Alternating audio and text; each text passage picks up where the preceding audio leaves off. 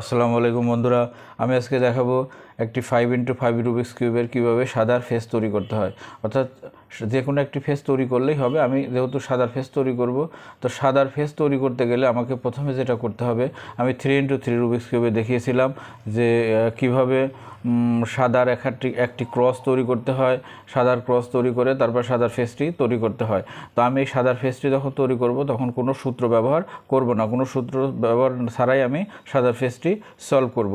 তো সাদার ফেসটি সলভ করতে গেলে প্রথমে আমাকে যেটা করতে হবে সেটা একটি সাদার একটি ক্রস তৈরি করতে হবে। অর্থাৎ এখানে দেখেন, এখানে সেন্টারে যে একটি সাদা আছে, এই সাদার চারপাশে অর্থাৎ একটি, দুইটি, তিনটি, চারটি, এইখানে চারটি পিছে চারটি সাদা কালার নিয়ে আসলে একটি সাদার ক্রস তৈরি হবে।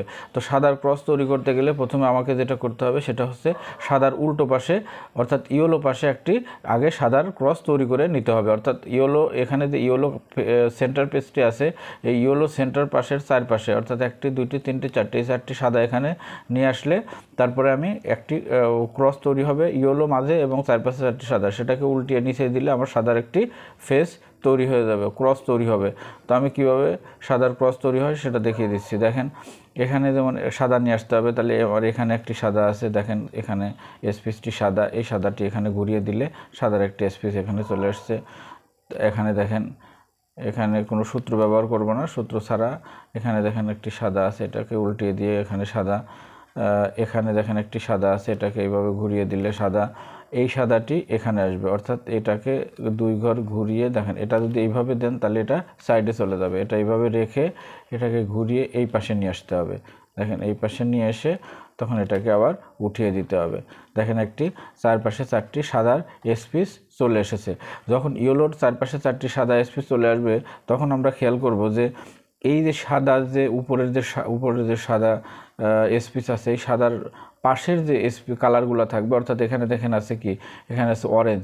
এই অরেঞ্জ যে কোনো একটি সেন্টার পিসের একটি অরেঞ্জের সাথে ম্যাচ করাইতে হবে। তা আমি 3x3 রুবিক্স কিউবে দেখিয়েছিলাম, ঠিক একই রকম 4x4 রুবিক্স কিউবে একই 5x5 রুবিক্স কিউবের এই ফার্স্ট লেয়ারটি সলভ একই সিস্টেম। দেখেন এখানে একটি অরেঞ্জের একটি সেন্টার পিস তো নিয়ে আসতে হবে, এখানে রেড, এখানে গ্রিন, এখানে দেখেন একটি অরেঞ্জ, অর্থাৎ এই সেন্টার পিসের সাথে উপরের এসপিসের যখন মিলে যাবে তখন এটাকে ঘুরিয়ে নিচের দিকে দিতে হবে, দুইটা ঘুরন দিয়ে নিচের দিকে দিয়ে দিতে হবে। উপর থেকে এখানে আছে উপরে, এটা নিচে চলে গেল।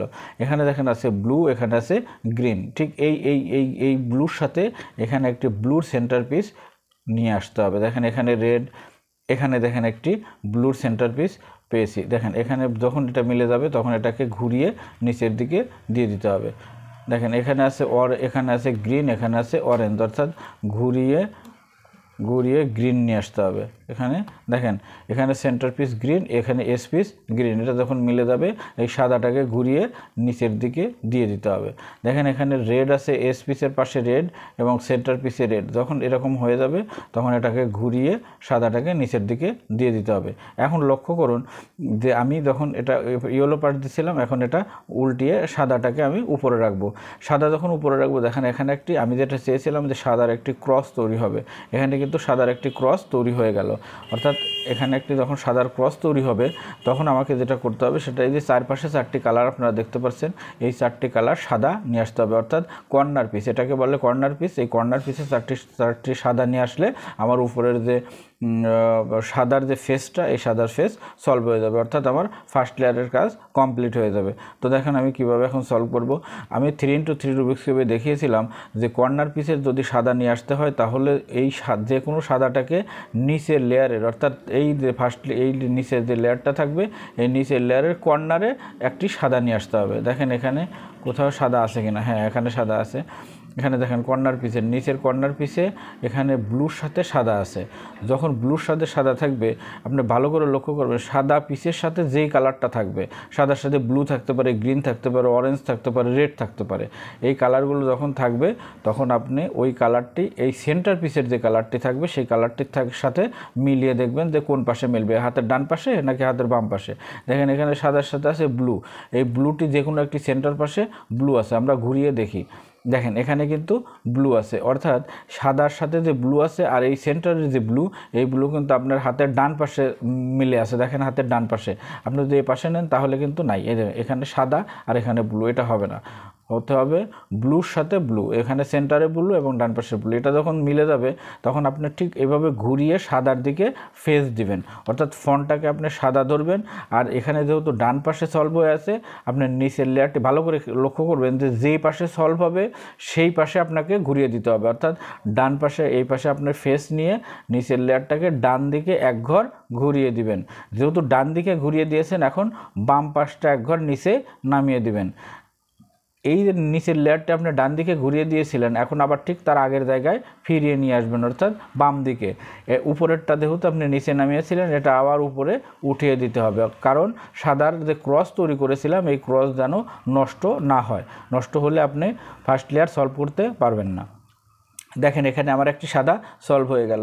আমি আরেকটি খুঁজে বের করি। দেখেন এখানে সাদার সাথে আছে কি লাল, সাদার সাথে লাল আছে। আমি লালের যে সেন্টার পিসটি আছে সেটি খুঁজে বের করব। এভাবে ঘুরিয়ে এইখানে দেখেন লালের সাথে এইভাবে যদি আপনি দেখেন তাহলে লাল আর সাদা ডান পাশে মিলবে না, তাহলে বাম পাশে ঘুরিয়ে দিন। দেখেন বাম পাশে মিলে গেল, অর্থাৎ লাল এখানে বাম পাশে মিলে গেল। তাহলে আপনি এটার দিকে সাদার দিকে ফেস দিবেন।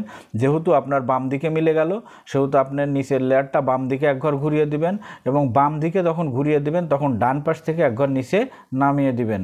যখন ডান পাশ থেকে নিচে নামিয়ে দিবেন এবং নিচের লেয়ারটি আপনি বাম দিকে ঘুরিয়ে দিয়েছিলেন, এখন আবার সেটি আগের অবস্থায় ফিরিয়ে নিয়ে যান, অর্থাৎ ডানে ফিরিয়ে নিয়ে যাবেন।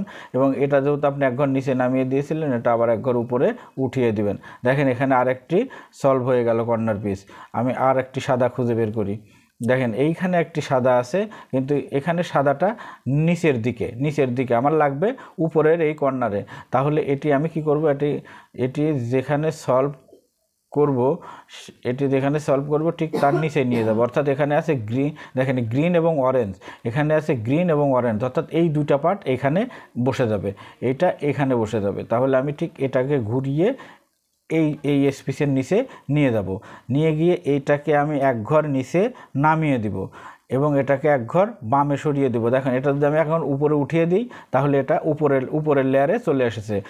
আমাকে এটা নিতে হবে হচ্ছে নিচের লেয়ারে। তাহলে এটাকে আমি আবার নিচে নামিয়ে দিব, এটাকে এক ঘর বামের দিকে সরিয়ে দেবো এবং এক ঘর উপরে উঠিয়ে দিব। দেখেন আমার এই কর্নারে চলে এসেছে, সাদার পিসটি কর্নারে চলে এসেছে। এবং সাদার সাথে আছে কি অরেঞ্জ, সাদার সাথে অরেঞ্জ আছে সেন্টার পিসে, এখানে সাদার সাথে দেখেন এখানে অরেঞ্জ আছে। তাহলে এটা বাম পাশে মিলবে না, কারণ এখানে সাদা এবং এখানে অরেঞ্জ। তাহলে এটাকে এক ঘর ডানে ঘুরিয়ে দিন। দেখেন ডান পাশের সাথে ক্রস মিলে আসছে, এখানে দেখেন এখানেও অরেঞ্জ এখানেও অরেঞ্জ। যখন অরেঞ্জ আর অরেঞ্জ মিলে যাবে তখন আপনাকে খেয়াল করতে হবে হাতের ডানে মিলছে না বামে। এটা যেহেতু হাতের ডান পাশে সেহেতু আপনি সাদার দিকে এইভাবে ফেস করবেন, অর্থাৎ ফন্টটাকে সাদা ধরবেন এই পাশে ধরে। যেহেতু ডানে মিলে আছে নিচের লেয়ারটি ডান পাশে এক ঘর সরিয়ে দিন এবং যেহেতু ডানে সরিয়েছেন বাম পাশে উপর থেকে নিচে এক ঘর নামিয়ে দিন এবং নিচের লেয়ারটি আবার আগের অবস্থায় ফিরিয়ে নিয়ে যান এবং উপরের বাম পাশে যে নামিয়েছিলেন এটাকে আবার উপরে উঠিয়ে দেন। দেখেন এখানে আরেকটি সাদা কর্নার পিস সলভ হয়ে গিয়েছে।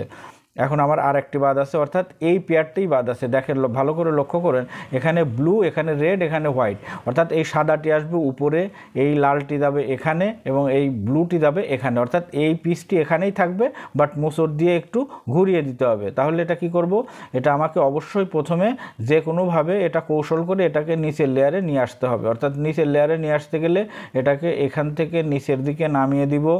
দেখেন ভালো করে নিচের দিকে নামিয়ে দেব, এটাকে বাম দিকে অথবা ডান দিকে যেদিকেও এক ঘর সরিয়ে দিব, অর্থাৎ এই কর্নারে রাখবো এবং এটাকে আবার আগের অবস্থায় ফিরিয়ে নিয়ে যাব। তাহলে দেখেন আমার এই সাদার যে পিসটি ছিল এটি নিচের কর্নারে চলে এসেছে এবং সাদার সাথে আছে লাল।